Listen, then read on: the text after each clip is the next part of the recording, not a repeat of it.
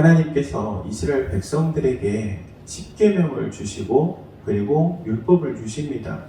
그러한 율법을 주시는 가장 큰 이유, 목적은 이스라엘 백성들을 위한 것입니다. 십계명을 그리고 이 율법을 하나님 자신을 위해서 주신 것이 아니라 이스라엘 백성들을 위해서 주었다는 것이죠. 그 이유가 어디에 있느냐 하면은 13절에 보면은 누구의 행복을 위해서 율법을, 말씀을, 하나님의 계명을, 법도를 지키라고 말합니까? 너의 행복을 위해서. 그러니까는 지금 하나님의 말씀을 지켜 사는 자에게 필연적으로 찾아오는 것이 있는데 그것이 바로 행복이라는 겁니다. 사람이 사람답게 사는 것, 인간답게 사는 것, 그 규범을 하나님께서 율법이라는 형식을 통해서 주셨는데 그 하나님의 말씀을 따라 사는 것이 그 사람에게 행복을 가져오게 된다는 것을 말씀하고 계십니다. 즉 하나님께서 이렇게 십계명을 주시고 그리고 하나님을 사랑할 것을 요구하시는 것은 하나님을 위한 것이 아니라 이스라엘 백성을 위한 것이라는 그것을 지금 다시 한번 강조하고 계십니다. 그러면서 하시는 말씀이 있습니다. 그 율법이 결국에 향하고 있는 것이 무엇인가? 율법이 향하고 있는 것은 어떻게 보면 인간 사랑이라고 말할 수 있습니다. 사람을 어떻게 사랑하고 사람을 어떻게 대우할 것인가? 물론 하나님에 대하여서 예배를 어떻게 드릴 것인가도 있지만 거의 대부분이 사람과 사람 사이에 어떻게 관계를 맺고 어떠한 관계 가운데서 살아갈 것이냐가 이 율법의 가장 큰 항목들을 그리고 핵심들을 이루고 있는 것이죠. 그래서 나중에 보면 이렇게 말씀하십니다. 하나님이 어떠한 하나님이냐?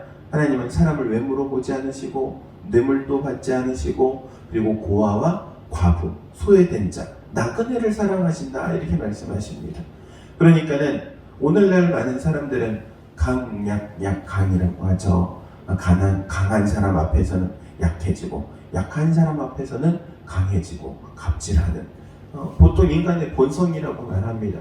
그런데 하나님께서는 율법을 통하여서 오히려 그렇지 않다고 말씀하시죠. 힘들고 어렵고 소외되고 그리고 어떻게 보면은 이 사람이라는 이 울타리 범주 안에 들어오지 못하는 연약한 이들을 오히려 하나님께서는 그들을 사랑하신다. 그리고 너희도 그들을 품에 안으라 끌어안으라 말씀하십니다. 하나님께서 어디에 관심이 있으신가?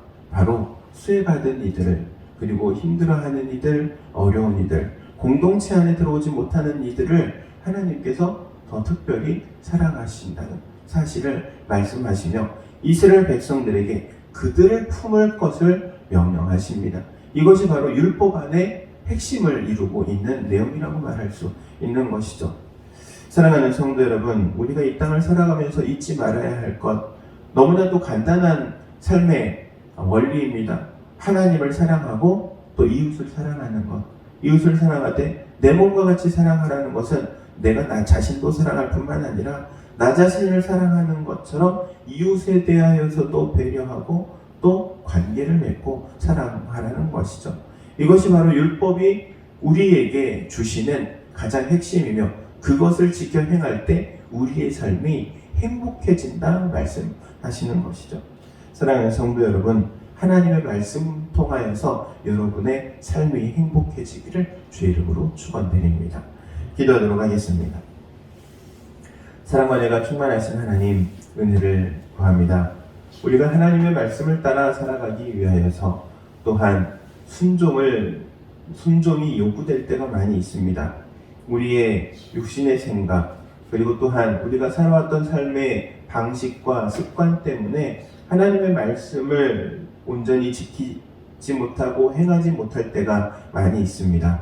그러나 그때마다 성령으로 우리의 마음을 감동하여 주시고 또한 친히 인도하여 주셔서 하나님의 말씀을 따라 살아갈 수 있도록 특별히 하나님을 사랑할 뿐만 아니라 우리의 이웃들에게 또한 관심을 갖고 배려하며 그들을 사랑으로 포용하고 용납할 수 있는 그런 마음을 우리 가운데 허락하여 주옵소서. 그래서 우리의 삶이 하나님의 말씀으로 훈련되어지고 단련되어져서 행복한 삶으로 나아갈 수 있도록 주님께서 역사하여 주옵소서. 예수님의 이름으로 기도하옵나이다.